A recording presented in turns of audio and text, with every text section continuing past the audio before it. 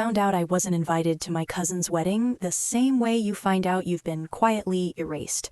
Through laughter I wasn't part of, plans made without me, and a silence no one bothered to explain. If you've ever been the one your family learned to live without, subscribe. These stories aren't entertainment, they're survival manuals written in scars. I didn't miss the invitation. It never existed. That's the part people don't understand when I tell them this story later. They ask if it got lost, if maybe it went to spam, if there was some misunderstanding. They want a clerical error, because the alternative, that an entire family agreed not to tell one person she didn't belong, makes them uncomfortable. But I knew.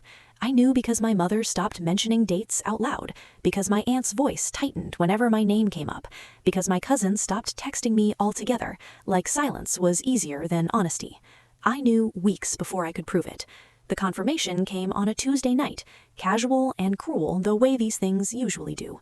We were on a group video call, me, my mom, my Aunt Linda, and my younger sister, talking about nothing important, groceries, weather, someone's dog. And then Linda said, smiling too wide, "Oh, I finally finalized the seating chart." The word seating landed wrong in my chest. "For the wedding?" my sister added, adjusting her hair. "Mom, did you decide what dress you're wearing yet?" My mother smiled. She looked relaxed, prepared, like someone who had already accepted the terms of something I hadn't been told about. I waited. 5 seconds. 10. No one looked at me. "Wedding?" I asked, keeping my voice even. There was a pause. A microscopic one, the kind that tells you everything you need to know. Linda recovered first. She always did. "Oh, yes, sweetheart. Emma's wedding. It's coming up fast." Emma, my cousin, 3 months older than me. Born the same year, same hospital, same family Christmas photos where she always stood closer to the center. "Oh," I said. "Right." My mom cleared her throat. "We told you, didn't we?" "No, you didn't," I thought, but I didn't say it. "I guess I forgot," I said instead, because that's what I'd been trained to do, absorb the discomfort so no one else had to. Linda tilted her head. "It's a very intimate ceremony, small, you know how it is." I nodded. The call moved on. Dresses, travel plans, hotel blocks. I stayed quiet, my face carefully neutral, like I wasn't sitting there realizing I was the only one not going. After we hung up, my phone buzzed. A message from my mom. "Can we talk?" I didn't answer right away. I sat on the edge of my bed and stared at the wall, counting the faint cracks near the window. There was a familiar pressure building behind my ribs. Not pain, exactly, more like compression, like my chest was being gently, relentlessly tightened. I called her back. She answered on the second ring. "Hey, honey." "Am I invited to Emma's wedding?" I asked.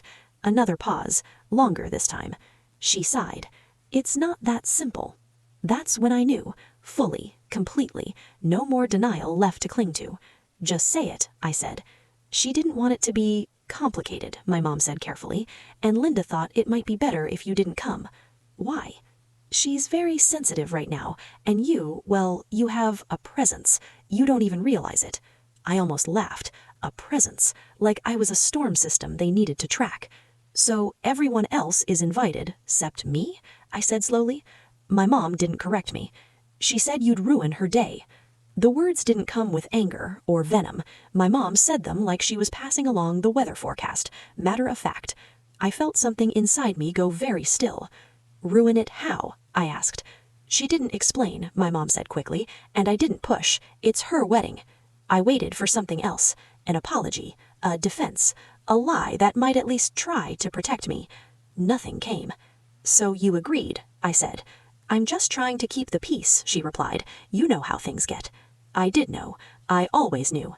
Peace in our family was code for you step back, you shrink, you don't ask to be considered. I wouldn't have made it about me. "I know," my mom said, "but sometimes your energy just shifts the room."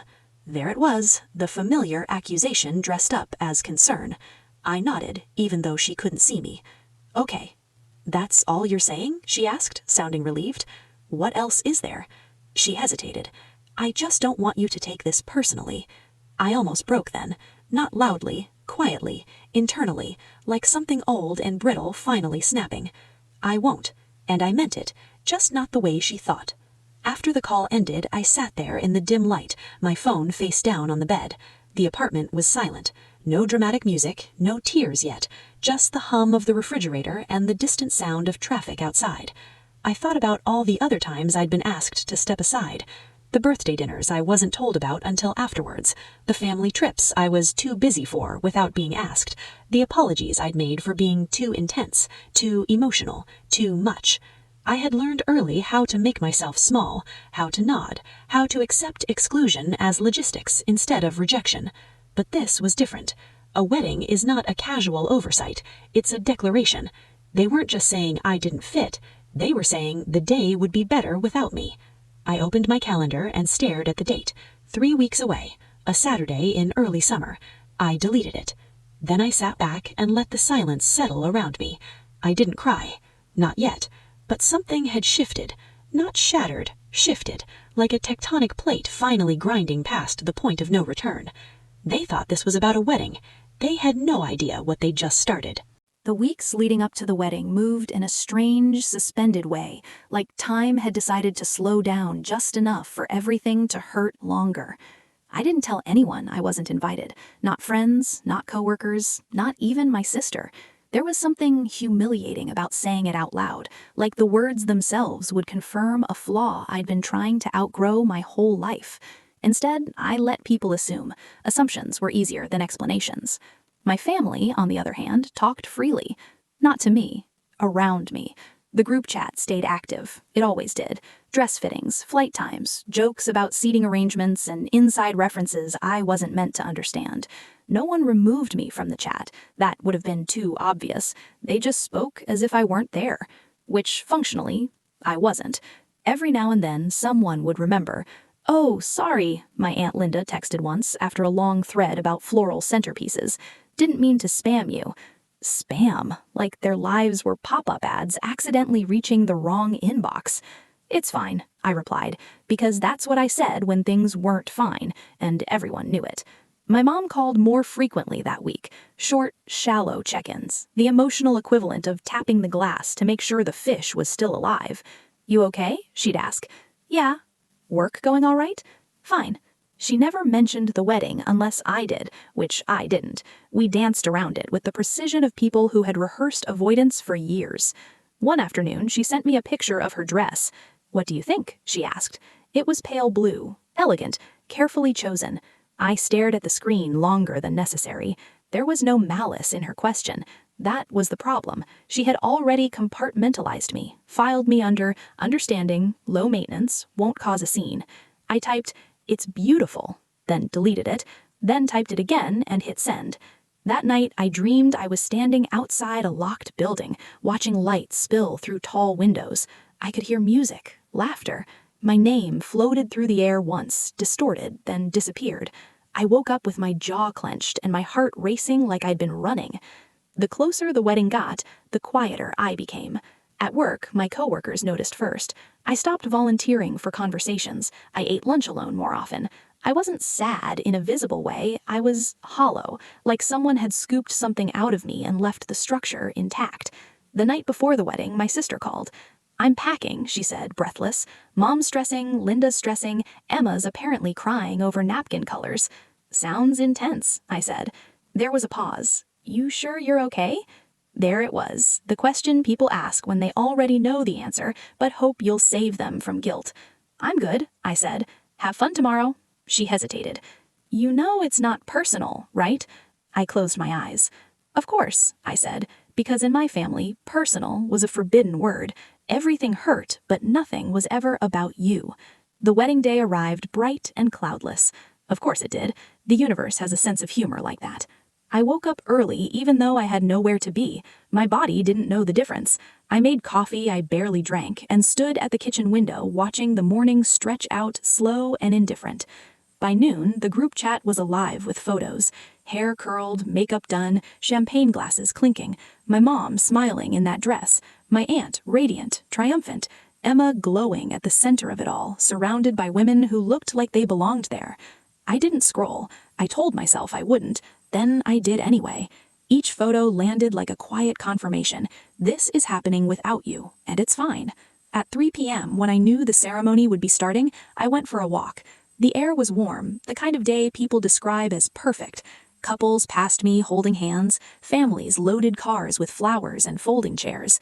I wondered if anyone there had noticed my absence, or if my non-attendance had been framed as something else. She couldn't make it. She had other plans. You know how she is. I spent the rest of the afternoon cleaning my apartment, not because it needed it, but because movement kept me from thinking. I scrubbed already clean counters, folded clothes that didn't need folding. At some point, I realized I was crying, but quietly, efficiently, like I'd learned to do as a kid. That evening, my mom sent me pictures. Not many, just enough. "Wish you were here," she texted, like it was weather keeping us apart, not a choice she made. I didn't reply. No one called me that night. No one asked how I was holding up. The celebration spilled late into the evening, and I imagined them dancing, laughing, loosening into joy. I imagined them not thinking about me at all. The next morning, the silence felt different, heavier, final. I checked my phone. Messages from extended family. Not about me, about how beautiful the wedding was, how perfect everything turned out, how seamless it all felt. Seamless. That word stuck with me. I realized something then, sitting alone in my quiet apartment, light filtering through half-closed blinds. My absence hadn't caused tension. It hadn't raised questions. It hadn't disrupted anything. It had solved a problem. That was the moment it stopped hurting in the way I was used to, and started hurting in a way that changed things. This wasn't about Emma or Linda or even the wedding. It was about a system that had learned to function better when I wasn't present. The realization didn't come with rage. It came with clarity. I stopped reaching out after that. Not dramatically, not with announcements. I just stopped. Stopped initiating conversations, stopped offering emotional labor, stopped being available on demand. When my mom called a few days later, I let it go to voicemail. She left a message, light and concerned. Just checking in. I didn't reply. For the first time in my life, I didn't rush to repair something that wasn't mine to fix. And in that quiet withdrawal, something unexpected happened. I felt calmer. Not happier, not healed, just steadier, like I'd stepped out of a current that had been dragging me along without my consent. I started thinking, not obsessively, not angrily, but deliberately, about how often I'd been asked to compromise, about how rarely anyone had compromised for me, about how easily I'd been labeled too much by people who never bothered to ask what I needed. One evening, weeks later, I stood barefoot at the edge of the ocean. I hadn't planned to go there, it just happened. The water was cold, the wind sharp. I watched the tide pull back, then return, again and again. It struck me how ritualistic it all felt, how grounding. And for the first time since the wedding, I didn't feel like I was reacting. I felt like I was choosing. I didn't know yet what I was going to do. There was no revenge fantasy playing in my head, no dramatic confrontation rehearsed in the mirror. Just a quiet understanding settling into place. They had drawn a line. I had finally seen it, and I wasn't going to spend my life trying to cross it anymore. The idea didn't arrive all at once. It came in fragments. A sound first. The ocean at night, low and steady, like it was breathing for me. Then an image. Bare feet in wet sand, wind tugging at my clothes. Nothing staged or decorative. Then a sentence, clear and uninvited. I don't need them to witness my life for it to matter. That sentence stayed. I didn't tell anyone what I was thinking, not because I was hiding it, but because it felt fragile in that early stage, like something that could collapse under commentary. I needed it untouched. What I planned wasn't a wedding. I wasn't engaged. I wasn't trying to compete with Emma or steal attention retroactively. That would have cheapened it. And more importantly, it would have still centered them. This was something else. A ceremony, yes, but not for union, for release. For weeks, I moved through my days with a strange sense of calm, like I was carrying a secret that belonged only to me. I booked time off work without explanation. I drove to the coast alone on a Saturday morning and walked until my legs ached, memorizing the feel of the place. The sea didn't ask questions. It didn't flinch when I stood there too long. It didn't require me to be smaller. That mattered. I chose a date without checking anyone else's schedule. I chose early morning, before crowds, before noise. I didn't want witnesses. I wanted presence. I invited 3 people. That's it. Not family. People who had known me outside the hierarchy. People who didn't need context to understand silence. I didn't announce it. I didn't post teasers or vague quotes. I didn't owe the internet anything. The morning of the ceremony, I woke before my alarm. The air felt different, charged but not anxious. I dressed simply, no white, no symbolism people could misunderstand, just clothes that felt like mine. At the beach, the light was soft and gray-blue. Wind threaded through everything. My friends stood a few steps back, respectful, without being distant. I walked to the water alone. There was no officiant, no script, just me and the sound of waves breaking and pulling back again and again. I spoke quietly, not for them, not for performance, but because saying it out loud mattered. I release myself from earning love, I said, voice steady. I release myself from shrinking to fit. I release the belief that being excluded means being unworthy. The words didn't echo, they settled. One of my friends recorded it, not because I asked her to, but because she said later, it felt like something you'd want to remember. She was right. I didn't cry, not then. I felt anchored, like I had finally placed weight on ground I trusted. Afterward, we sat in the sand, wrapped in jackets, drinking coffee from paper cups. No one clapped, no one tried to turn it into something bigger than it was. It was enough. I went home that afternoon and didn't think much about it after. I didn't replay it obsessively. I didn't wait for some emotional aftershock. The next morning, my phone started vibrating. Not ringing, vibrating, over and over again, like it couldn't settle. Texts first. Is this you? I just saw this on my feed. Oh my God. Confused, I opened the link my coworker sent. It was the video. Edited, not dramatically, but cleanly. 30 seconds, my voice, the ocean. Subtitles someone had added, probably automatically. The caption was simple. She wasn't invited to the family celebration, so she made her own. It had thousands of views already. I felt a brief spike of panic, then something steadier underneath it. I hadn't shared it. I hadn't explained anything. People were responding to what they saw, not what they were told. The comments were brutal in their clarity. This hit harder than any wedding video I've ever seen. Why do families always exclude the one who feels the most? She looks free. By noon, it was everywhere. By evening, my mom called. I let it ring. She texted, "Please call me." I didn't. The next day, my Aunt Linda left a voicemail. Her tone was controlled, tight. "We need to talk about what you did." What I did, as if I had broken a rule, as if the crime wasn't exclusion, but visibility. When I finally spoke to my mother, it wasn't because she'd worn me down, it was because I felt ready. "I didn't mean it for it to go viral," I said before she could speak. "That's not the point," she replied, voice strained. "People are asking questions." About what? About why you weren't at the wedding. There it was, the real problem. "I didn't say anything," I said. "I didn't accuse anyone." "You didn't have to," she snapped. "The implication is there." I paused. Let that sit. "So," I said carefully, "me standing by the ocean, speaking about my own life, is that an implication?" She exhaled sharply. "You've embarrassed us." I didn't argue. I didn't defend myself. I didn't explain context or intent. "I didn't include you, just like you didn't include me." Silence. "That's not the same," she said finally. "No," I agreed. "It's not." I hung up before she could respond. For the first time, I understood something with perfect clarity. They weren't angry because I had lied. They were angry because I'd told the truth, without words. The narrative had slipped out of their control. And once people see you clearly, you can't put them back into silence. The aftermath didn't explode. It thinned. That was the first thing I noticed. Not shouting, not chaos, just a slow draining of certainty from everyone who'd been so sure they were right. My Aunt Linda stopped calling altogether. Not out of dignity, out of calculation. She couldn't control the narrative anymore, and without control, she preferred absence.